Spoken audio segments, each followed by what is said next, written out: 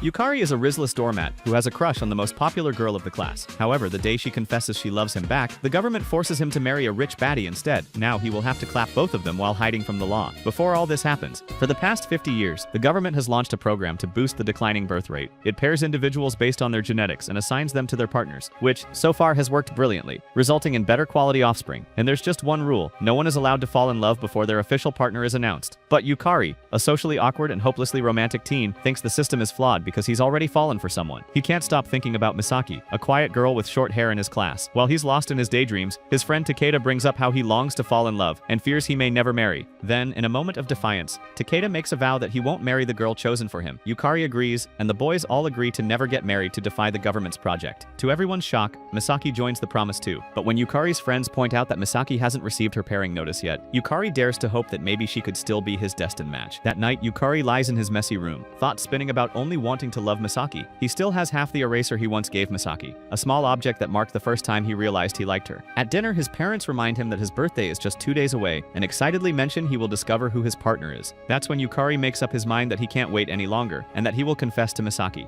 The next day, he finally approaches Misaki. With his awkward expression and nervous energy, he tries to bring up their shared past, but Misaki coldly says she doesn't even remember his pathetic existence, making Yukari devastated. As he turns to leave, he calls out once more, asking her to meet him at the playground near their houses after school. That evening, he waits under the fading light, standing alone like a loyal dog. Hours pass that the police even stop to question him, and he claims he's just building a tomb in the sand. Just as he sadly admits that he has no chance with Misaki, she suddenly appears and grabs his hand. They sit together on a bench, silent at first. Misaki notices the tomb, and Yukari begins yapping about it, revealing his geeky obsession. She laughs and reveals that she remembers how obsessed he was with tombs in 5th grade. It surprises him that Misaki remembers, and she confesses that she never actually forgot him, but she was just too shy to say anything. Yukari pours his heart out. He says he's just an ordinary guy who did everything he could to get her attention, even working hard to get into the same school as her, all because he loves her. Misaki doesn't respond right away, but then, tears start to fall from her eyes. She tells him she still has the eraser he gave her, and that she's loved him ever since. As that small gesture told her he was a good person. Overwhelmed, Yukari hugs her and confesses again, saying he wants to be with her. They melt together in their hug, and Misaki, not wanting to waste the moment, asks for a kiss. Now that everything is out in the open, she wants to share many things with him, starting with their first kiss. They lean in and share a tender, luscious kiss, but just as the kiss deepens, a message from Yukari's phone interrupts them. Yukari assumes it's from his parents, and instead it's a strange, glitched email announcing his government-assigned partner. He reads through it, and to his happiness, the message briefly shows Misaki's name before it suddenly vanishes. Moments later, 2 government officials, Ichijo and Yojima, arrive in person to deliver Yukari's official pairing letter. He eagerly opens it, only to see the name of another girl as his partner, which confuses him. He tries to explain about the message he just saw, but Ichijo calmly explains that the document she is giving him is the official one, and that official announcements are always delivered face-to-face. When the 2 officials leave, heartbroken again, Misaki expresses how she is happy to be able to confess her feelings for him, and that she would cherish their moment forever. He feels her hands trembling, and calls her a liar for wanting to give up, but Misaki quickly runs away. Refusing to end it there, Yukari races after her, unwilling to let a single sheet of paper decide their fate, and embraces her while her tears fall. The next day, Yukari's parents plan to take him to meet his government-assigned partner, Rarina. He wants nothing to do with it, so instead he heads to school. Everyone goes quiet when they spot Yukari, as everyone knows he's supposed to be absent today. When Yukari admits he ran away because he doesn't want to get married, the teacher catches him and confines him at school until his parents arrive. While he waits, Misaki shows up and talks to him through the door. She asks why he came. Yukari says he wanted to talk about last night, and that he can't go through with marrying someone he doesn't love, let alone someone he has never met. But Misaki shuts him down. She says what happened last night should be remembered as memories, not discussed. With cold, unreadable eyes, she tells him that if he keeps clinging to it, he'll just become a burden. Then she walks away, telling him to go meet his baby mama. Then he ends up at the arranged meeting where his parents meet up with his soon-to-be in-laws. He's ready to leave the second he steps in, but when he sees Rarina, to his surprise, she's prettier than he expected, and he's instantly folding. The meeting starts, and while the parents hit it off, Yukari's lack of interest is showing, which annoys Rarina. Moments later, Rarina snaps. She stands up, calls him rude, and says she's the only one making an effort. She declares she has no interest in marrying a bum like him and storms out. The parents panic after what just happened, and Yukari's father urges him to bring her back. Feeling a twinge of guilt, he searches for her and finds her hiding in the futon closet. She grabs his hand, pulling him into an awkward position that Mia Khalifa is famous for. But when Yukari notices her tears, he quickly steps back and apologizes. That's when Rarina opens up. She admits she's scared as she doesn't know him, and his cowardly attitude made her think the pairing would never work. Yukari bows deeply and apologizes again. Moved by his honesty, Rarina forgives him. She's glad he's finally speaking instead of shutting down like earlier. Just then, Yukari confesses that he's already in love with someone else, and that the girl rejected him that morning, which shut him down. He panics, realizing how weird it is to talk to his future wife about this, but Rurina gets curious and asks for details. Yukari spills the whole messy love story, and rather than being upset, Rurina becomes intrigued. She wants to know what made him fall for Misaki, and whether he wants to marry her. Still blushing and awkward, Yukari says he hasn't thought that far ahead. All he knows is that when he's with Misaki, his feelings feel real, and that he's happy. Rurina, who has never experienced love, is fascinated. She starts wondering what love really is. Yukari, being a teenage boy, can't help but notice the outline of her plots behind the curtain, but he forces himself to stay focused. Thinking about Yukari's story, she suspects Misaki might be hiding something, and that her sudden change in behavior seems suspicious, but that's just a guess, based on Yukari's side of things. Still, she's so invested, she decides to help him uncover Misaki's true feelings. The two begin to get along. Yukari suggests they go out holding hands in front of their parents to make it look convincing, but deep down, he starts to feel conflicted. The next day, Yukari shows his friends a picture of Rurina, saying she invited him to visit her at school. All the boys are impressed and envious of how cute she is. When Misaki walks in, Misaka casually asks if she wants to see Yukari's partner, which surprises her, but she coldly says she's not interested and walks away. That afternoon, Yukari visits Rurina's school. When he asks around to find her, one girl mockingly refers to her as tapeworm and says she's in the infirmary. There, Yukari finds Rurina napping. She says she feels better after resting, then asks him to wait outside while she changes. But when he brings up her nickname, the tapeworm, she throws the curtain open in a panic, forgetting she's still in her pinky dinky, asking where he heard it from. Then Rurina starts talking about her past. She spent most of her childhood in the hospital and only returned to school late in her life, where all the girls had already made friend groups, leaving her out. Despite her best efforts, she never fit in as her blunt personality clashed with the gossiping girls. Yukari tries to comfort her, saying she's smart and will eventually make real friends. But Rurina says she doesn't want fake ones, which is why people keep their distance and call her the tapeworm. Yukari admits he doesn't completely understand, but he realizes Rurina struggles with social cues and can't fake feelings. Embarrassed, Rurina punches him in the gut. Even so, Yukari says that her being an open book is kind of a relief, as it makes her easier to talk to even for someone as awkward as him. He realizes he says too much, but she gets flustered by his comments. He points out how it's easy for her to talk to him, and Rurina responds that it's because he's not her friend. The comment throws Yukari off, leaving him with more questions than answers. Just then, she realizes the state she's in,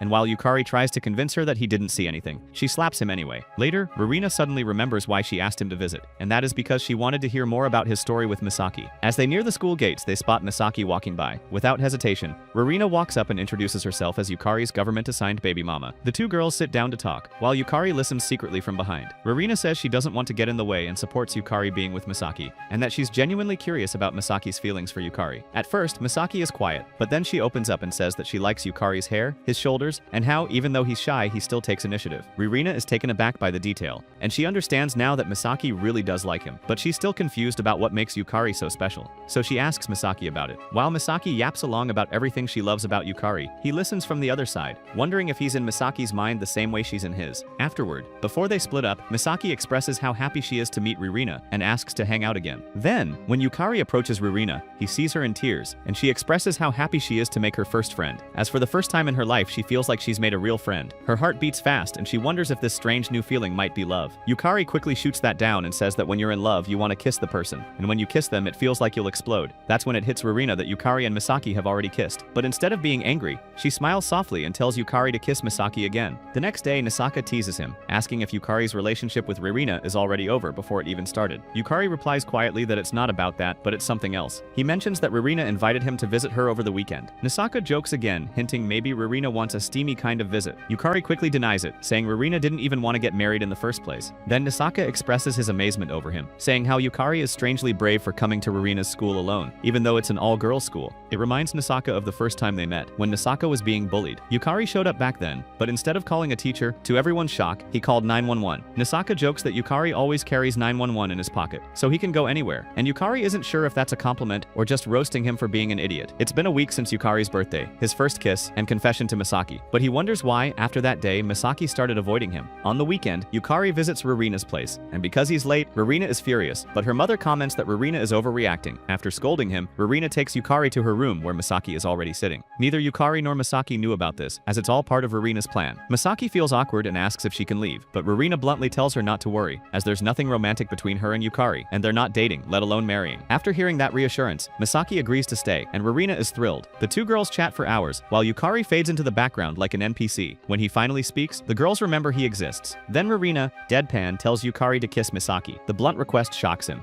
and even Misaki has to excuse herself for some private time. Yukari immediately protests, saying Rurina should consider Misaki's feelings, but Rurina insists it's a good opportunity and that she's just trying to help. In the middle of their argument, Misaki returns and surprises them by saying she wants the kiss. Both Rurina and Yukari are stunned. Rurina reassures them she's fine and they don't need to worry about her, while Yukari nearly collapses from shock. Misaki moves first and gives Yukari the chance to kiss her again. Approaching him with tenderness, Yukari chickens out at the last second.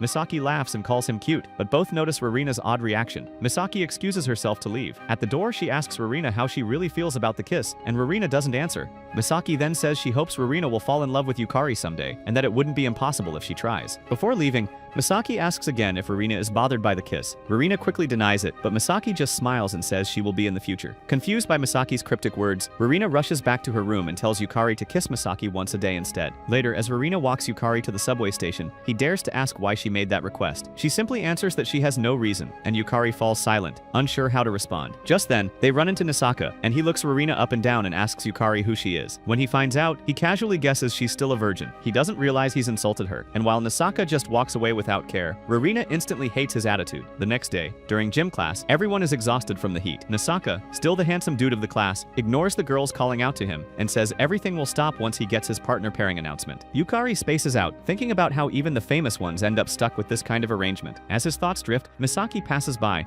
and he's instantly captivated by her beauty, even though she tries to hide her precious melons, but Yukari can still tell. Things shift when Misaki walks past Nisaka. They exchange a strange look that leaves Yukari suspicious, questioning whether something is going on between them. While changing for class, Yukari is distracted by the thought that he doesn't even notice Takeda left him alone in the locker room. Left behind like an idiot, Yukari runs to his classroom, only for Misaki to stop him and lead him to a quiet, secluded spot at school. She asks what Rurina said yesterday and whether it was about her. Yukari says Rurina didn't say anything bad, and just that she wants him to kiss Misaki once a day. Misaki is stunned by the request, thinking how Rurina still doesn't understand her own feelings. As they stand there, Yukari hears a teacher approaching and quickly pulls Misaki behind a pillar. Fresh from gym class, they smell each other's scent, and instead of pulling away, Misaki leans in and kisses him. Yukari, the awkward, clapped-looking guy, can't believe how he somehow manages to charm the prettiest girl in class and make her fall head over heels. In the middle of the moment, Nisaka silently emerges from an empty room and catches them in the act. Later, after school, Nisaka acts calm and cool as ever. Yukari, still confused, wants to talk to him privately. Nisaka says he has a meeting, but Yukari offers to wait till he finishes. Hours later, when Nisaka returns, he walks past some girls, and among them is Misaki, and he walks past her sharp glare to reach Yukari. He finds him asleep in a weird, uncomfortable position. Just then, alone in the empty classroom, Nisaka briefly reveals his true feelings to Yukari by kissing him while he sleeps.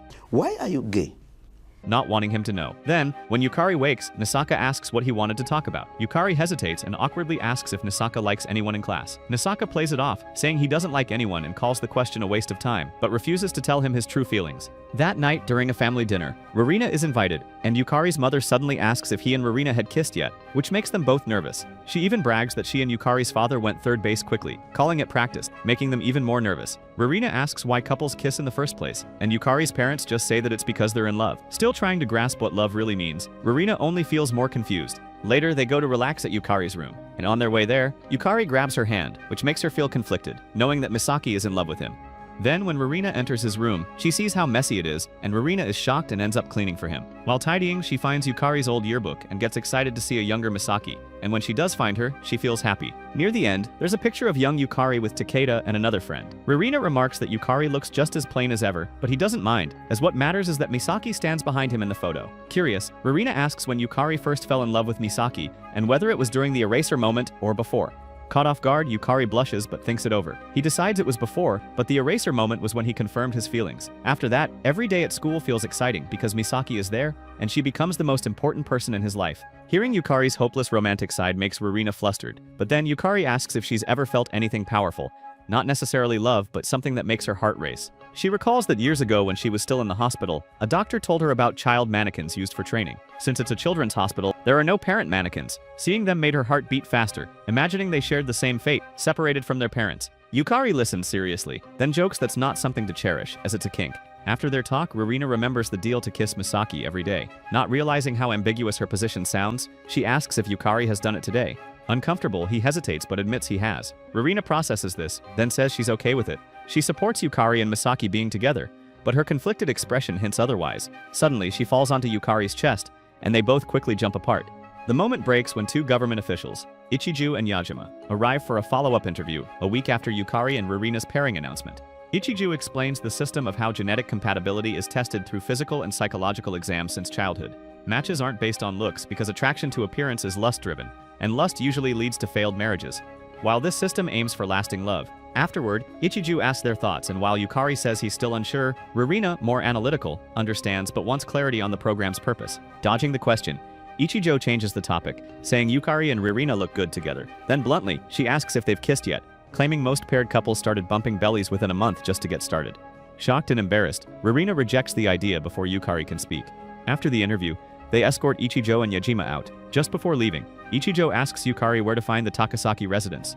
Startled, Yukari asks if she means Misaki, and she nods. He tells them where to go, and Ririna wonders if the visit is about Misaki's pairing announcement. But Ichiju says it's classified and leaves. The thought of Misaki receiving her pairing devastates Yukari, realizing that another man is going to live his dream. Ririna snaps him back, saying Ichiju might be visiting someone else in Misaki's family. But Yukari says Misaki has no siblings, so it must be her. Annoyed by Yukari's easy surrender, Ririna asks if his love for Misaki is that shallow.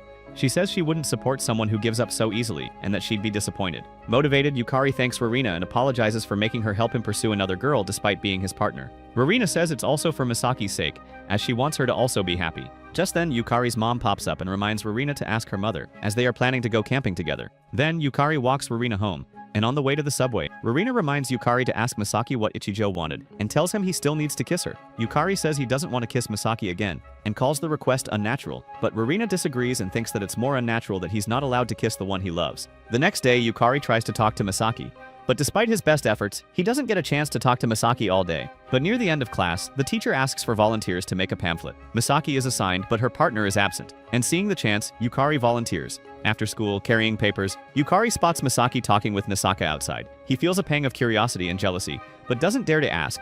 Then, during pamphlet making, he brings up Ichiju and Yajima's visit. Misaki confirms they came, but not about her pairing. When Yukari asks why they came, she dodges and asks why they visited his house. Yukari explains it was an interview about the pairing system. Misaki wonders about their answers, and Yukari says they don't fully understand their feelings yet. Misaki says Ririna is a good match for Yukari as they're alike, both wanting to help others, and that Ririna seems more determined.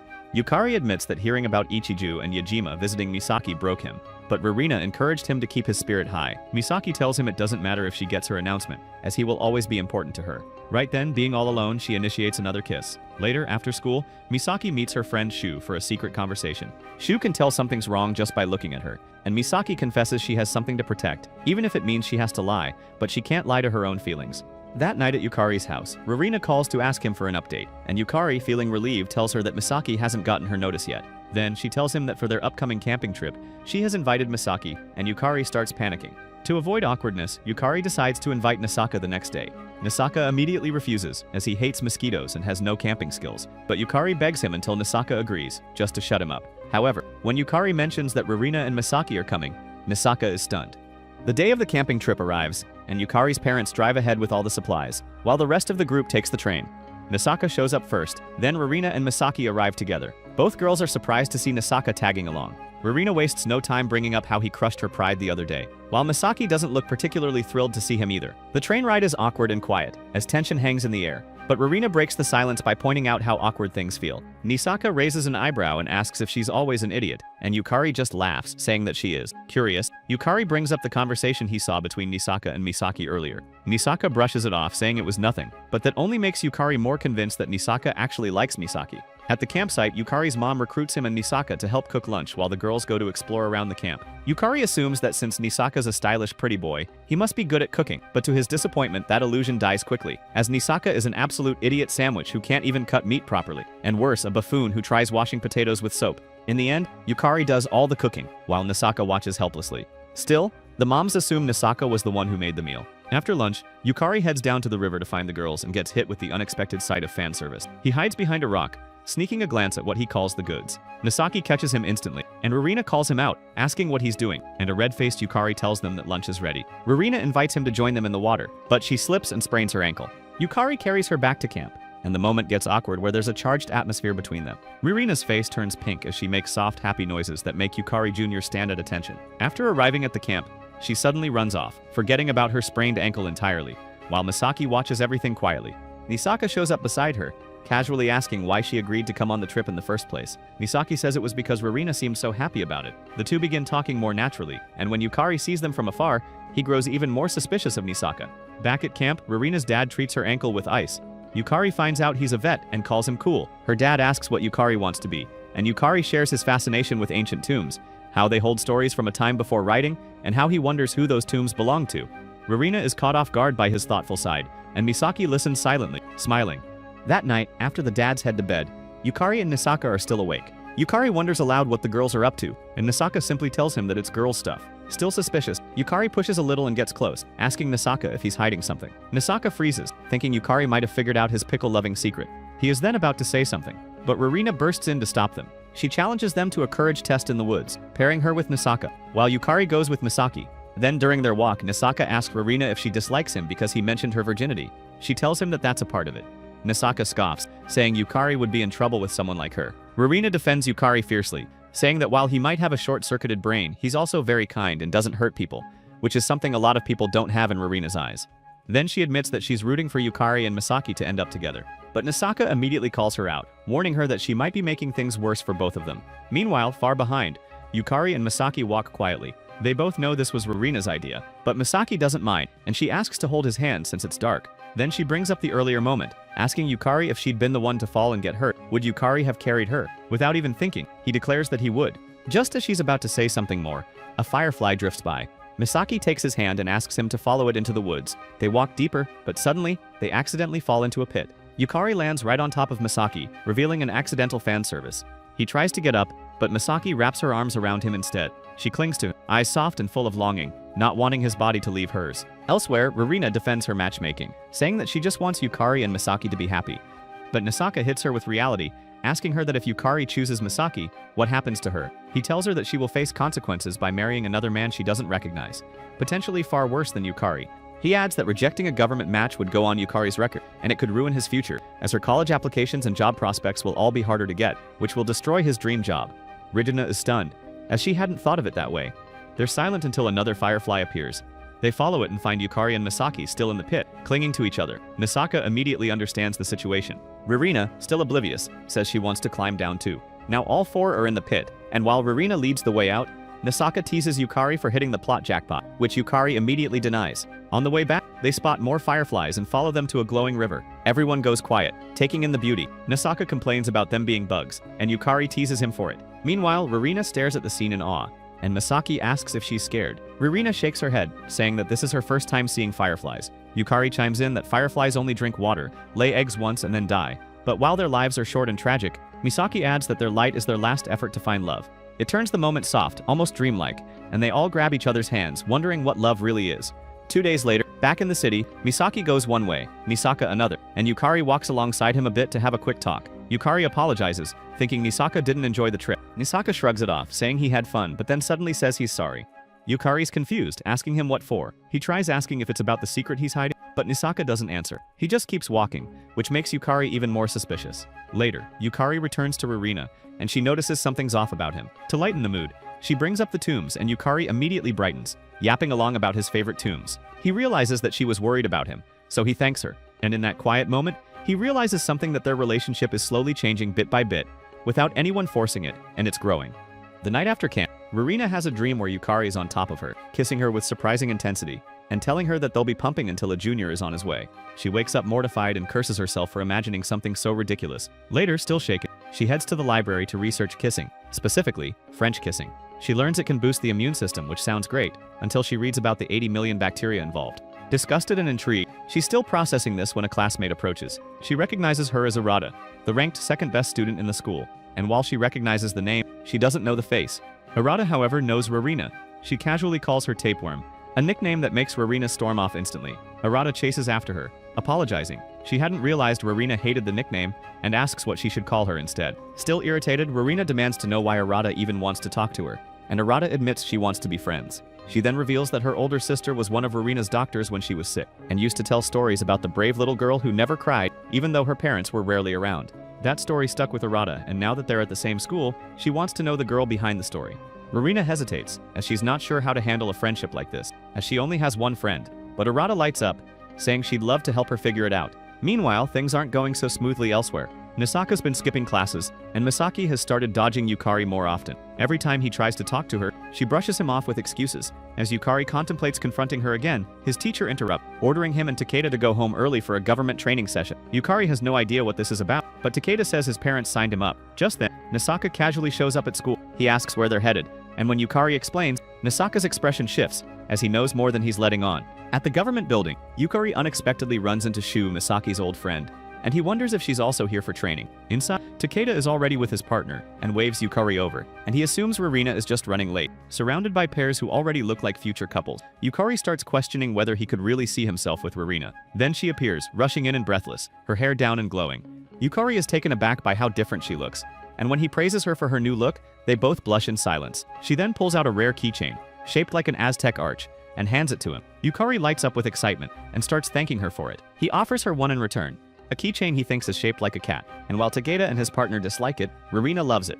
Takeda's partner comments that they look like a real couple, and Rarina scoffs at the suggestion, muttering that looking close doesn't mean being in love, and that she's definitely not dreaming about kissing someone like Yukari. She storms into the hall to avoid further embarrassment, leaving Yukari wondering if she'll ever see him as a real option, and that maybe she's hoping for someone who truly loves her. Elsewhere, Shu watches Yukari on a monitor in a nearby control room, closely watching him with interest. In the main hall, Ichijo kicks off the session, and what starts as a lecture on the program's basics quickly shifts into something more intense. Officers hand out plot safety locks, and Ichijo announces that the day's real focus is physical practice between partners. She speaks casually, asking if everyone is satisfied with their relationships, and explains the benefits of bumping bellies. She declares that the perfect partner isn't about looks, but it's like the glass slipper fitting Cinderella, and everyone is expected to try. The mood shifts when Ichijo shows a film about romance and intimacy. As the screen lights up, Yukari can't help but picture Misaki with him, while Rarina clutches her keychain tightly, imagining Yukari as both are overwhelmed. Yukari notices how, unlike him and Rarina, others react casually, and even Takeda looks unbothered. While he struggles to keep up, Yajima suddenly appears at his side, whispering. He asks the big question of whether he will choose the girl he loves or the one he's matched with. He warns him that this next stage will be watched closely. As the lights return, Ichijo announces that each pair will be given their own room for a fun-time sleepover. Someone mutters about a penalty if they don't comply, and rumors spread that non-compliance could lower their academic standing and trigger a call from the government. Yukari freezes, Yajima's words echoing in his head. When he and Rarina arrive at their room, it's already set up perfectly. Suspicious, Yukari starts checking for hidden cameras, considering making a run for it. But then he thinks about Rarina and that if he escapes, she might face the consequences too. Now he's stuck, torn between protecting her and respecting her boundaries, all while navigating the pressure of a system that insists intimacy should be forced to prove they're a perfect fit. All those fears and anxieties swirl in Yukari's mind until they take control. In a panicked, irrational moment, he pushes Rarina onto the bed, bracing himself over her with trembling arms for the almighty plot progression. At first, he thinks he's just going through the motions and just pretending, but when he sees that she doesn't resist, something in him breaks. He leans in to kiss her, and while it's clumsy and desperate, it steals her first kiss. The moment he pulls away, he knows it was a mistake when he sees Rarina's eyes fill with tears. Stunned and ashamed, Yukari backs off and sinks to the floor, fumbling for an excuse. He mumbles that he thought they were being watched and that if they didn't perform they'd be punished, as he didn't want her to get in trouble. But Rarina doesn't accept that. She wipes her tears and tells him that government surveillance of private citizens is illegal, and that if the system really relied on violating people's dignity, it would collapse under its own lies. She doesn't know who filled Yukari's head with fear, but if it turns out to be true, she wants to sue whoever's responsible. And that's when it hits him, and how foolish he's been, letting paranoia and guilt override basic decency. He lowers his head in shame, unable to face her. Rarina stays on the bed, and her heart feels like it's been shattered, as her first kiss was taken in a moment that felt more like pressure than passion. Yukari finally whispers that he hadn't thought it through, that he's sorry, and that he panicked, but Rarina turns to him sharply, eyes still glistening. With her voice trembling, she questions why he did it. He doesn't have an answer, and just repeats that he didn't want her to suffer, not realizing he's the one who inflicted the pain. Something in Rarina twists, something cold and unfamiliar. When Yukari reaches out, she instinctively flinches, saying that she doesn't feel safe around him anymore, and asks that they keep a distance between them for a while. The night passes in silence, and at dawn, Rarina quietly gathers her things and leaves. Racked with guilt, Yukari storms off to confront Yajima, demanding answers and accusing him of lying. But Yajima just looks at him and calmly asks him that, if it were Misaki in that room instead of Rarina, would he have done the same? Yukari freezes, and the question slices right through him. The days crawl by, and summer vacation starts. Yukari sends Rarina message after message, each one more apologetic than the last, but she doesn't reply. Even his little sister starts asking when she's coming over again, but he has no answer, so he just keeps waiting. Then one afternoon, his phone buzzes. His heart leaps, thinking it's Rarina, but it's only a group chat about a school gathering. He goes anyway, feeling like someone trying to fix a shattered vase with tape. At school, he walks into the gym and sees Nisaka reading Juliet's lines aloud while Misaki is cast as Romeo. He asks why Nisaka agreed to such a ridiculous role, and a classmate explains that it's punishment for skipping class. The idea of Misaki and Nisaka playing star-crossed lovers sends a strange jolt through Yukari. For a second, he wants to tell Rurina about this, but he stops himself from doing it, not wanting to hurt her. Later, even while building stage props, his mind drifts to her. He fingers the keychain she gave him until suddenly, someone bumps into him. The trinket falls and he reaches down, but gets smacked on the hand with a hammer. Yukari is rushed to the infirmary, and when Misaki overhears what happened, she bolts. In the infirmary, Yukari just got bandaged and feels very relieved that Rurina's keychain is safe in his hand. Suddenly, Misaki pops in, worrying about him and struggling to breathe after running there. He tells her not to get worked up over his injury, but she shoots back asking why he had been acting strange. He glances at the keychain and murmurs that maybe it's karma, but Misaki doesn't catch it. He changes the subject to how they haven't spoken since the camping trip, which was a whole month, and that she was always surrounded by others too busy to talk. Misaki admits that it was her choice, and feels that it was wrong to get close to him while Rurina was still his partner. She says she tried to stay away for Rurina's sake, and for her own, but seeing him hurt still hurts her, and she pleads with him not to be reckless. She places herself in front of him, and asks him to look her in the eyes, demanding he tell her what happened. Yukari finally opens up, just a little. He doesn't explain the full story but says he was careless, and he hurt Rurina, and he regrets it more than anything. The next day, Misaki meets Rurina for pancakes. The mood is light at first, as Rurina always lights up for pancakes. But then Misaki brings up Yukari, recalling how great his hot cakes were in cooking class, and how she wants him to make them again someday so she can taste them. Then gently, she shifts the conversation and tells Rurina that Yukari's been really out of it lately, and asks if she knows why. Rurina's fork pauses, her eyes fall to the plate. She admits she hasn't spoken to him in days, but while she doesn't want to see him, she misses him a lot. She doesn't understand what's happening in her heart, but Misaki knows exactly what's happening. Back at school, Yukari is carrying lunch as part of his assistant duties when he bumps into Yajima again. Yukari pulls him aside and vents to him about how he wants to make things right with Rurina, while also not wanting to hurt Misaki. Yajima sighs, telling Yukari he's too honest for his own good, and instead of giving him a solution, he tells him a story. A boy and a girl received a pairing notice. The girl told the boy she'd reject it if he wanted to marry her, but the boy hesitated, not knowing what he wanted. Because of it, he waited a long time until it was too late. The boy then said that if he could go back, he would want to be honest with himself. Yajima admits the story is his own, and he looks Yukari in the eye, telling him that he still has time so he should go with his gut. After hearing those words, that night, Yukari sends one last message to Rurina. He invites her to the burial mounds, the place where she once showed real interest in his passion for history. But this time, he expects nothing from her. Not a reply, not a phone call. The next morning, his phone is still silent, until his mother hands him a letter, which, to his surprise, is from Rurina. She writes that she still doesn't know what to feel, and she listened to him talk about history simply because he loved it so much, so that was enough to make her curious. She heard from Misaki that he's been spacing out during the summer festival preparation, and she tells him to cheer up and be careful, as the summer festival only comes once a year. Yukari clutches the letter like it's something sacred, as to him it is a sign of a chance. He heads to school with a smile he hasn't worn in weeks. That same day, Misaki rehearses her lines, and her thoughts drift to when she first met Rurina and how Rurina admitted she felt lonely without Yukari. Back then, Misaki could have told Rurina that she was in love, but she didn't say the word. She was afraid of losing everything she already had, and for wanting love from Yukari too selfishly, while knowing they could never be together. She sees herself like a child staring at the toy she always wanted, but is too scared someone else will take it and love it first, and she's scared knowing that one day Rurina will learn to love Yasuki, leaving her alone and without love. After getting Rurina's letter, Yukari's mood lifts instantly, and he throws himself into helping with the class drama preparations. He paints backdrops, sets up props, and smiles more easily than he has in days. Later, while he's stepping out to grab some materials, Misaki stops him in the hallway. She gently asks if his hand is feeling better. Yukari nods, saying it's fine now, and quickly apologizes for worrying her. He adds that Rurina finally replied, and while she hasn't completely forgiven him, they're speaking again, and things feel a little more hopeful. Misaki smiles and says they'll be okay, but behind the smile, she hides her own quiet grief of watching someone she cares about move further away from her. That afternoon, while everyone's occupied with their roles, Misaki stands at the front of the classroom practicing her lines. But one person is missing, Misaka. The others ask Yukari to find him, and he eventually discovers Misaka alone in an empty classroom, reading his script. Yukari tries to get him back, but before he can say much, a classmate bursts in to show them the finalized costume design. The group is buzzing with excitement, except for Nisaka, and the moment he sees the dress meant for Juliet, which he will be playing, he stiffens and storms out. Yukari hurries after him, trying to reason with him,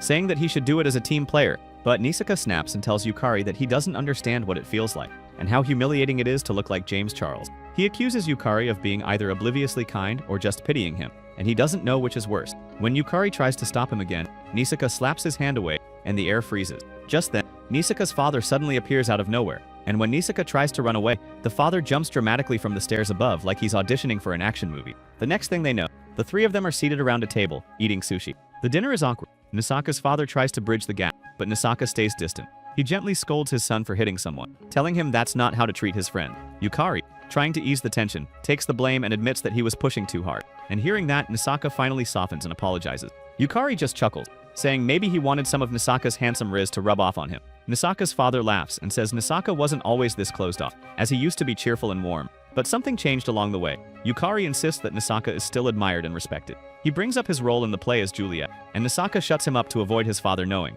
Then Nisaka excuses himself, and Yukari finds himself alone with the man. Nisaka's father looks him in the eye and thanks him sincerely, telling him that despite being closed off, Nisaka chose him as his friend, and the father asks Yukari to keep being his friend. Later on the walk home, Yukari brings up the play again, and Nisaka confesses how he hates being the center of attention. Yukari insists that he's perfect for it, and that nobody can do it the way he can. Nisaka shuts him down, saying how Romeo and Juliet is a stupid, tragic love story between two idiotic people from different worlds who end up dead, and that he doesn't care for it. Yukari hesitates, but then a thought clicks into place, and he remembers Yajima's words about being true to one's feeling. Yukari states how the story of Romeo and Juliet is not about dying, but it's about love surviving against the world that's against him, which reminds him of the world he's currently living in, with the government pushing him to love someone he barely knows. Nisaka looks at him with interest, and Yukari continues how he wants people to feel, and know that love doesn't always follow rules, and that doesn't make it less real. There's a long silence, but then Nisaka sighs and agrees to play Juliet just for him. Yukari expresses his joy, and when asked why he's so happy, Yukari tells him how happy he is that Nisaka accepts him despite not knowing him deeply. The next day, Nisaka returns to school, and the production kicks into high gear. During costume fitting, the girls take Misaki's measurements for Romeo, but when they get to the good stuff, they can't believe just how big her plots have progressed. And when they tease her for it, the boys are all blushing outside, wishing they were involved. Then, when it's Nisaka's turn, the girls all ogle over his slim waists like middle-aged cougars, and to his horror, they decide that to play Juliet, he will need big padding to make him thicker. Meanwhile, Rurina keeps sending letters to Yukari, each one more thoughtful than the last. Elsewhere, Misaki throws herself into rehearsal as Romeo with Nisaka opposite her as her Juliet. The school buzzes with energy with every class buried in preparations for their projects, and it's the kind of chaos that feels alive. Later, Yukari goes to pick up the festival poster from the student council, and on the stairs, he accidentally drops a number of them. Just then, Misaki pops up to help him pick them up and offers to help him carry them. After delivering the posters, he asks if she's doing okay, and she admits that she's not the outgoing person everyone thinks she is. Misaki explains that she's not an extrovert by nature, but she didn't want to disappoint the class, so she forced herself to accept the role of Romeo. Even if it's hard, she wants to see it through. She then asks if Rurina will come. Yukari says he sent her a ticket and hopes she'll attend, as he really wants her to see it, not just for himself, but for Misaki and Nisaka too, who have both given their all. Misaki adds again, saying that everyone in class wants her to kiss Nisaka on stage, which shocks Yukari, but she reveals that neither Misaki nor Nisaka wants that. Yukari is relieved and then curiously asks Misaki what she thinks of Nisaka. Misaki says that Nisaka is surprisingly different when he's serious about something, and then she turns the question back to Yukari on whether he likes Rurina. Yukari hesitates, and he expresses that while he likes Misaki, he isn't sure how to define his relationship with Rurina. He then asks Misaki what love means to her, and she answers that it's a combination of that happy feeling when someone she likes is around, the excitement of meeting them, and the sadness of missing them. It makes her feel like she can do anything just to make them smile, and right now being in love feels like a dream for her. She expresses how, for the longest time, she wanted her first kiss with Yukari, to go places with him, to be noticed by him, and she got it all exactly like her dream. But just like a dream itself, she also wants to end it because she knows she's not the one meant for him, as her name isn't on that notice paper. Misaki starts crying, realizing her own heartbreak. She got everything she wished for, but it only made her want more, even though she knew Yukari wasn't meant for her. She says that once someone is officially paired, everything else feels like a lie. She thinks Rurina is perfect and wonders if Yukari has already fallen for her, as she's not even sure if he still likes her at all. Overwhelmed by Misaki's honest and emotional confession, Yukari takes a step forward and intimately hugs her. She begs him not to hug, but he refuses to let go, and she tells him that while she loves it when he touches her, he doesn't know what love really is. After that moment, Misaki apologizes for her outburst and tells Yukari to forget about it. She says she likes Rurina, as she's a sweet, cute friend of her, and it hurts to see her sad.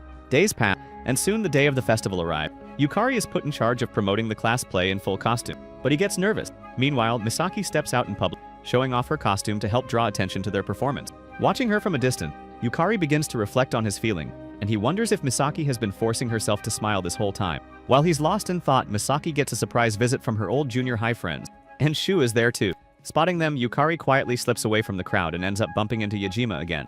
Yukari jokes that Yajima is skipping work, but Yajima denies it and says that he's just here to keep an eye on a few students from Yukari's school. Then he brings up what Yukari asked him about before, the email he received with Misaki's name, and the official paper saying Rurina. Yajima explains that he looked into it, and that the system confirms Rurina is Yukari's official partner, with all the calculations matching. But the email Yukari received did exist, and someone may have tampered with it, or it could have been a system error. Yajima says he can't say for sure, but then he asks Yukari what he would do if Misaki were his partner. Yukari freezes at the question, but sensing his confusion, Yajima shifts the topic and suggests he go meet up with Rarina, who's already at the gate. Outside, Rarina stands nervous, and Arisa, who came along with her, teases her about wanting to leave, but Rarina insists on staying despite being nervous. Eventually, the two head inside, and Rarina asks if Arisa is okay being here, and Arisa casually replies that she is, as she wants to meet Rarina's partner. Rarina tries to play it cool, saying Yukari is just a regular guy, but the expression on her face only makes Arisa more curious about this boy who can make Rarina act so flustered. Meanwhile, Yukari is still struggling with doubt. He doesn't know if Rarina is still upset with him or how to face her. Then suddenly, Rarina pops up, standing right in front of him, looking like a snack, which folds him sideways. The moment is awkward, and they both fumble. Rarina quickly asks where the drama club is and dashes upstairs, leaving him behind. And Yukari sighed, thinking maybe she still doesn't want to talk to him. Trying not to overthink, he wanders through the crowd until he spots Misaka and chases after him, asking if he can see him in costume. Misaka flatly refuses, and Yukari teases him, but Misaka won't budge. Still, Yukari smiles as it's good to see Misaka being himself again. Noticing something's off, Misaka asks what's bothering him. Yukari admits that Rarina came, but things are awkward between them after he hurt her, and he's not sure where they stand. Misaka simply tells him that Rarina wouldn't be here if she were still mad at him, and that hits Yukari hard, realizing that maybe she really has forgiven him, and maybe she came because she wanted to. He heads back to the classroom, where everyone is running around doing last-minute preparation. Yukari tries to help, but no one really needs him, and when he does pitch in, he just ends up making things worse. He tries to talk to Misaki, but someone interrupts, and their moment slips away. The room eventually clears out, and Yukari stands in the middle of it, realizing he hasn't really contributed anything meaningful to the play, while the feeling of him being a useless bum weighs on him more than he expects. In the changing room, Misaka is already dressed as Juliet. Yukari joins him in vent, saying he doesn't feel like he did anything to help the festival, but Misaka disagrees, and he reminds Yukari that it was his speech that convinced him to take on the Juliet role and connect with their classmates again. Misaka hasn't done anything like this in years, but he's now here because of him, so he refuses to let Yukari call himself useless. Then, as if proving his point, Misaka turns around and reveals his full Juliet look. Yukari goes completely speechless for a second, even questioning his own pickle-loving preferences. Flustered, Misaka scowls and storms off, muttering that Yukari better watch the play properly because he did all of this for him. Then, the play begins. Misaki and Misaka put their entire hearts into their performance. To them, it doesn't feel like acting, and it feels real, like their characters are truly in love, willing to risk everything, even just to be together. The audience is captivated, and Yukari forgets his guilt, his regret, as he's swept up in it all. When the curtain falls, thunderous applause erupts, and a standing ovation follows. After the show, Yukari steps out of the hall and runs into Shu. The atmosphere is awkward as Shu's the quiet type, and Yukari's not sure how to break the ice. Then, from out of nowhere, Shu brings up something unexpected. The partner announcement that had Misaki's name on. Yukari stiffens and turns to her, asking how she knows. And at the worst possible time, Rarina walks up and hears everything. Shu says she can't reveal much, and Yukari asks her if Misaki was the one who told her, but Shu insists that Misaki isn't the type to gossip. To change the subject, she asks Yukari what he thought of Misaki's performance. Yukari answers honestly that she was beautiful, like something precious that might disappear at any moment. Shu nods, sharing the same sentiment. Then, without hesitation, she says that she believes that Misaki is his true partner, but Rarina is also there. She immediately steps forward and asks Shu directly what she means by saying that Yukari's partner is Misaki. Shu doesn't answer, and instead she walks away, saying that no matter how hard people try to suppress it, they can't stop themselves from thinking about someone. She adds that Misaki has something she needs to protect, even if it means she has to break through her lie, and that's what Shu is trying to protect too. Still confused, Rarina turns to Yukari and presses him, questioning what Shu means by that for Misaki to be Yukari's partner. Yukari admits there was a mistake when he received the government pairing notice, and it wasn't that he or Misaki tried to keep it from Rarina, but they just didn't know how to bring it up. Rarina asks if her name was the one that was wrong, and Yukari immediately says no. Flustered, he explains that Yajima confirmed it, and Rarina is his official partner. There's a brief pause between them. Then Yukari realizes that he never properly apologized, but Rarina tells him not to worry about it, as there's a more pressing issue now. They decide to ask Misaki for Shu's contact number, but before they can, Arisa suddenly appears, saying she's been looking for Rarina. When she sees Yukari, she recognizes him as the awkward flyer boy. Rarina introduces them, and Arisa teases that Yukari looks like a basic chill guy, but in a charming way, and Yukari feels mildly hurt by the word basic. Then they go to Yukari's classroom, and Rarina and Yukari approach Misaki to praise her performance. When Misaka walks out in costume, Rarina is immediately taken in by Juliet's look, until Yukari casually points out that it's Misaka, and Rarina's expectations crash hard. Not long after, Misaka's family arrives. His brother laughs, realizing that it was his little brother cross-dressing as Juliet. Annoyed, Misaka grabs him by the collar, nearly choking him, until their father steps in and calmly breaks it up, saying the play reminded him of their mother. Their father then turns to Yukari and mentions he recently heard about the camping trip Yukari took Misaka on. He thanks him for taking Misaka out to touch grass. Then, unexpectedly, he invites Yukari to Misaka's brother's wedding, since some relatives can't attend. He even says Yukari can bring Rurina and Misaki along. Nisaka immediately protests, but his brother overrules him, insisting that Yukari is welcome. Later that night, Yukari talks to Rurina on the phone. They both realize they never got the chance to ask Misaki for Shu's number, and Yukari promises to ask her the next day. The following afternoon, Yukari manages to get the contact info, but now he doesn't know how to text Shu. He hesitates, unsure what to say to someone he barely knows. He introduces himself in the message and hits send, uncertain if she'll respond, but when he gets a text back, he sees that not only did Shu not respond, but she also blocks him. Meanwhile, Rurina finally has her first proper interaction with her classmates. She tells Arata about it, and Arata laughs, saying it's probably because Rurina seems more approachable now, as before she looked too serious and intimidating. As they chat, Yukari texts Rurina, asking if they can meet. After school, Rurina runs to the playground and finds Yukari kneeling in the dirt, building a tiny tomb and mumbling about how clapped his looks really are. She asks if it's the Joenka tomb, and Yukari lights up, but Rurina cuts him off, admitting she only asked to get his attention. She sits beside him and gently asks what happened. Yukari tells her that Shu blocked him and wonders if he said something wrong. Rurina offers to message Shu herself, and Yukari doubts she'll respond. But to his surprise, Shu replies almost immediately, saying she's free to meet after school tomorrow, and that Yukari can come too. The next day, Yukari and Rurina visit Shu's school. The towering building overwhelms Yukari, but Rurina seems unfazed. She even points out that the Igarashi family, Shu's family, was one of the original developers of the government's Fate program. Shu meets them outside, and Rurina immediately brings up the main question. But Shu says this isn't the right place to talk and leads them to a nearby cat cafe. While the girls play with the cats, Yukari approaches Shu and brings up the text, and asks why she blocked him. Shu casually replies that it's because he's chopped, and Yukari is stunned. Rurina jumps in and asks if the government really matched Yukari and Misaki, and whether Shu supports that relationship. Shu's answer plainly states that she doesn't support it, and she only wants to protect Misaki. Then Shu turns the question on Rurina, asking how she can support Misaki being with Yukari, knowing that Yukari is her official partner. Rurina simply says she likes their love story, and that she's happy to know them both. Shu presses further, questioning Rurina gets out of it, and Rurina has no answer. Shu tells her she's being selfish and that she wants her to stop. Yukari then asks Shu why she told him that Misaki is his true partner if she doesn't support their relationship. Shu answers that Yukari and Misaki's bond is stronger than the government's calculations. She starts explaining her past when she used to resent Misaki for always faking her smile. Then one day, she caught Misaki secretly trying to buy another class's photos, the ones with Yukari in them. Misaki had asked Shu to keep it a secret, and Shu helped her buy it to avoid suspicion. That was the first time she saw Misaki's real feelings shine through, where Misaki had looked genuinely happy. Shu admits she never really understood why Misaki liked Yukari, and she tried her best to find a reason but couldn't. Misaki once told her to understand that her liking Yukari is not something Shu could understand, and she hoped that whoever Yukari ended up with would feel the same way. Shu still doesn't understand what Misaki sees in him, but she now knows that love can make someone shine. Rurina suddenly asks if Shu is related to the people who created the Fate system. Shu admits that her grandmother was one of its founders. According to her, when two destined partners meet, they change each other's world, and all other love fades in comparison. Yukari quietly concludes that maybe he and Rurina are meant to be together, and that stuns everyone, even Shu. Rurina asks again for Shu's opinion, and she admits she still doesn't understand everything. But if the system truly brings people together for life, then she's curious if that love will shine the way Misaki's does. Before they can continue, Yajima suddenly appears out of nowhere and cuts in. Irritated, Shu tries to argue, but Yajima confirms Yukari and Rurina's pairing is accurate and that there's no mistake. He tells Shu to stop spreading nonsense, but Shu insists she isn't lying. But Yajima pushes back, saying that Misaki's kind of love is different, as it's beyond the government's calculations and it can't be measured. Then he asks Shu point blank whether she knows how to help Misaki. Defeated, Shu quietly packs up her things and says that Yajima's right, and that if Yukari doesn't choose Misaki, there's nothing she can do. She tells them to forget everything she said and leaves.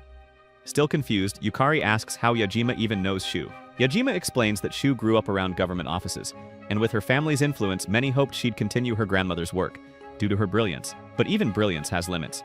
Afterward, Yukari walks home with Rurina, who asks him whether he's going to pick Misaki. Yukari tells her he doesn't know, but that Rurina's straightforwardness is one of the things he likes about her. He then grabs her hand and takes her somewhere.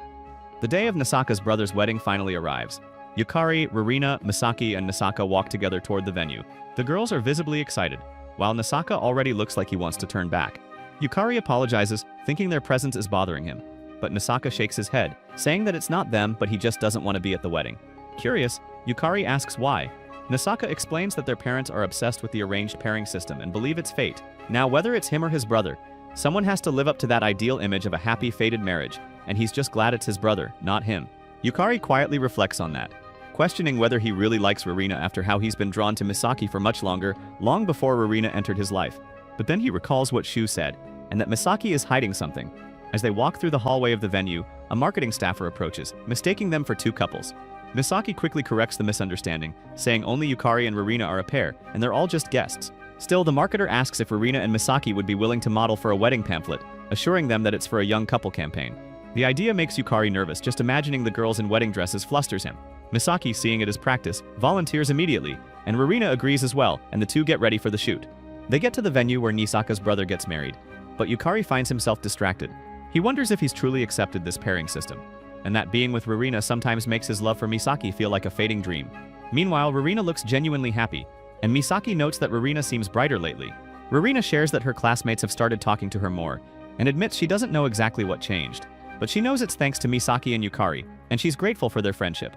Misaki is surprised by Rurina's sincerity and expresses that she's happy they've become friends, and wants them to stay friends for a long time. She even jokes that she hopes to be invited to Rurina's future wedding. Then, hiding her deeper emotions, Misaki adds that Rurina would look beautiful in a wedding dress, and she would love to be there to bear witness. After the ceremony, as guests gather for photos and prepare to throw the bouquet, Yukari realizes he left his phone and heads back to look for it, only to stumble upon Misaki alone in a room crying. He tries to comfort her, but she stays quiet. Then, softly, she asks him to lie if he must, and she just wants to hear that he loves her. Without thinking, Yukari kisses her, while behind the door, Rurina sees everything. That night, Yukari couldn't stop thinking about what happened. Misaki apologized afterward, saying she was selfish for asking but that she feels better now. Still, Yukari feels weighed down by guilt, and he wonders if he's hurting Misaki again, just like Shu said he would. The next morning, Yukari's mother wakes him, reminding him that both families are heading out for an onsen trip. Once everyone arrives, Yukari's father asks him to walk around with Rurina while the others check in. As they stroll, Rurina is distant, still thinking about what she witnessed. Though she treasures the time they spend together, part of her feels like it's all pointless. Yukari tries to lift the mood by saying she seems more cheerful now than when they first met, and Rurina quietly replies that Misaki said the same thing. After their short outing, they return to the inn, only to find out that their parents arranged for them to share a room. Rurina hesitates, still feeling awkward after what happened, but Yukari reassures her that he won't do anything freaky. She eventually relaxes and says she's okay with it now. That evening, both families gather for dinner, and Rurina's mother thanks Yukari for coming along and tells him to enjoy the onsen.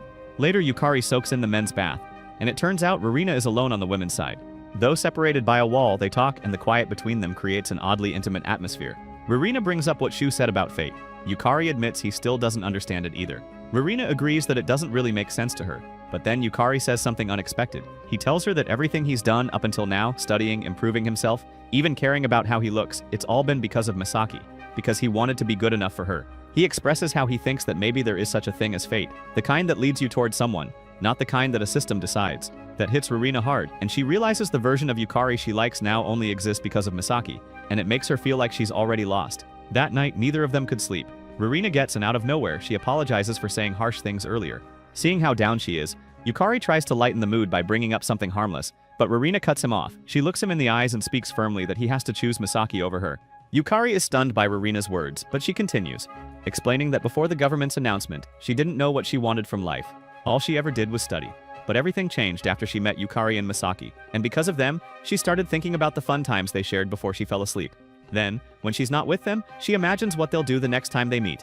In that period, she even made new friends at school, and her whole world felt like it had been touched by magic, all because of Yukari and Misaki. Rurina says she doesn't care whether Yukari and Misaki are officially paired or not, and she just wants them to be happy, even if it hurts her a little. She brings up the government's rule for dissolving a pairing that if both parties claim to be incompatible, they'll be reevaluated over 6 months. During that time, they must keep up the lie, and if they succeed, they won't be punished, though they won't be repaired in the future either. Rurina believes Misaki can take that route, so she and Yukari can be together. After she explains all this, Yukari says it would be hard to pretend to dislike her, and then unexpectedly he starts to cry. Rurina tries to reason with him, saying she's doing this so he and Misaki can be together. Yukari confesses that he loves Misaki deeply and truly. Rurina smiles and says she loves being Misaki's friend too. Despite being abandoned, Rurina says she'll be fine. Even without the pairing, she'll always be on Yukari's side, and she loves seeing Misaki happy. That smile of hers reminds Rurina how beautiful love can be, and she wants to see that smile again. With those words, the two finally come to an understanding. Rurina recalls what Shu once said, that Yukari wouldn't be able to choose Misaki. But now, with this agreement, he can, and he can protect her. Rurina is grateful for everything that's happened, and Yukari feels the same, as she is his partner after all. And then Yukari admits something he can't keep hidden anymore. He tells Rurina about the kiss he shared with Misaki at the wedding, as it doesn't feel right to keep it from her, but Rurina simply tells him that it's okay. Silence settles over them for a while. Then Rurina speaks again, She says that once her pairing with Yukari ends, she'll be matched with someone else, and she hopes that one day she'll truly know what love feels like. But before she holds hands or kisses someone new, she wants to practice with Yukari. Yukari is taken aback at first, but eventually he leans in and kisses her, slowly amping up the intensity, while they enjoy each other's warmth. In that moment, Yukari begins to question himself again, questioning whether he doesn't really loves Rowena, despite the tenderness in their kiss. They both push their feelings aside, clinging to the idea that if they just keep lying to themselves, maybe their feelings for each other will change. They hug and know that by lying they can protect someone else, who is more important than protecting their own hearts, and that this decision feels both right and wrong. That night, while holding hands, they watch the moon together, and Rowena tells him she loves him, but he doesn't catch her words. A week passes and the day of the photo shoot for Misaki and Rowena arrives. Meanwhile, Yukari is in turmoil as he doesn't know what he feels anymore, and it's like he's back at the beginning, lost all over again. Misaka stops by, bringing a cake from his father as thanks for Yukari attending the wedding. He asks why Yukari isn't at the shoot, and Yukari says that if he goes, he'll have to lie. Misaka admits he doesn't get it, and Yukari turns the question on him, asking Misaka whether he has lied before. Misaka says that he lies all the time, and asks Yukari why he lied. Yukari admits he's done something irresponsible, something that hurt both Misaki and Rowena, and says that he never should have agreed to Rowena's plan. Misaka asks him why he agreed if he's just going to regret it, and looking serious, Yukari says that maybe he liked Yukari, or even both girls. Yukari knows that in the end he will hurt one of them. Yukari admits he doesn't know what to do and he just doesn't want either of them to suffer because of him. Misaka asks why Yukari always blames himself, and Yukari says it's because he's plain, stupid, chopped-looking, and not special. Misaka agrees, casually calling him a useless scrub, but then he adds that nobody is to blame except for themselves for loving someone too deeply and getting their hearts broken. He adds that it's the painful truth, but a truth nonetheless, and all Yukari can do is try to make them happy, even if they end up hurting. Misaka believes that Yukari just needs to be brave and honest with himself. And with that, Yukari bolts out of the house, running to find the girls. Left behind, Misaka reflects quietly, as this moment it's his own lie, born from feelings he doesn't confess. Meanwhile, the girls are preparing for the shoot. Rowena has already told Misaki about her plan, but Misaki says it's impossible, and there's a reason she can't tell either of them because she cares about them too much. Rowena pushes her, saying that if Misaki has a problem, she should just say it, as she wants to help. But Misaki only smiles and says she's glad Rowena is Yukari's partner, because Rowena is kind. Rowena doesn't buy it and calls her a liar, but Misaki doesn't deny it, and admits that she will keep the lie as truth if it's the only way she can protect this love. Then Misaki asks where Yukari is, and Rowena doesn't know, as he has been quiet lately. Then, the photo shoot begins. Elsewhere, Yukari is still running, unsure what to do, unsure what to say, as he's loved Misaki for so long, and she loves him too, but ever since Rowena came into his life, everything has changed. He doesn't want a world where either of them disappears, and he knows it's selfish, but for him it's true. When he finally arrives, the shoot is already underway. Misaki and Rowena stand before him, dressed in wedding gowns, and Yukari praises them, calling them beautiful. Misaki can't hold it in, and tears fall as she thanks him. The marketer asks if Yukari wants to join them in the photo, and Rowena quickly says yes as she wants all three of them in the picture together like they're his two baby mamas. In the end, Yukari still doesn't choose, and he doesn't say who he loves, leaving the future uncertain with either love or lies that bind them. But in the end, they're all just trying to protect their hearts. Comment down below, 2 pretty liars if you watch till the end. Subscribe so you don't miss the next video.